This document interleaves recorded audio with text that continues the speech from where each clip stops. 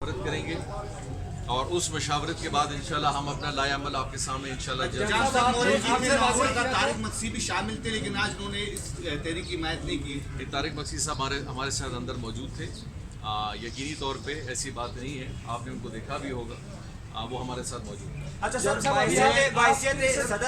बाइसियत MP के सदर party discipline की खिलाफ वर्जी पर नोटिस आप लोग जारी किए, अब डीसी के हवाले से कोई इक़दाम उठाएंगे? नंबर 1। नंबर 2, मरकज में चार अरकान कौमी असम्बली है, विड्रॉ करेंगे, क्या फैसला करेंगे? देखिए, एक तो है कि पार्टी डिसिप्लिन, यकीनी तौर पे एक पार्टी का अगर मैं प्रेसिडेंट हूँ और पार्टी ने एक इख्तिलाफ राय कायम की है, पार्टी में एक डिवीजन डाला है, नोटिस जैसे पहले गए इंशाल्लाह अभी भी नोटिस जाएंगे।